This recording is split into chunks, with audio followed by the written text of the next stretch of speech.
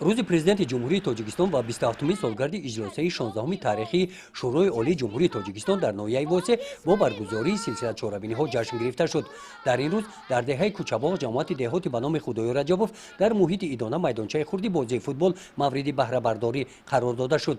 این میدانچه ورزشی با پیشنهاد جماعت دهات و دستگیری صاحبکاران محلی ساخته شده. در آن برای جلب نوسان و جوانان به فوتبال شرایط‌های مساعد فراهم آورده شدند. همه گونه میدان خرد بازی فوتبال با پیشنهاد جماعت دهات و جلب صاحبکار محلی محبتشو عبدالحیف در دهه سوم در این روز فرحبخش مورد استفاده قرار داده شد.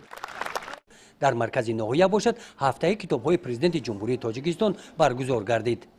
در جامعه تنتنوی با اشتراک وکیلان مجلس‌های محلی، رهبران تشکیلات مؤسسه‌ها، سابقه‌داران مهنت، اجرا کننده وظیفه رئیس ناحیه واسه شربت‌الله عزیزالله بخشیده به این صنایع تقدیرساز ساکنان ناحیه را تبریک نموده در برآمدشان ذکر نمودند که اساسگزار صلح و وحدت ملی، پیشوای ملت پرزیدنت جمهوری تاجیکستان محترم امامعلی رحمان مرد عالم و عاقل و فاضل و خردمند است که دولت را از فنایابی نجات داده، مردم را اطرافش متحد و به قلب مردمش شعله امید را بیدار و با قدم‌های استوار به صلح و آسایش، رشد و ثبات من بعد هدایت نمودند.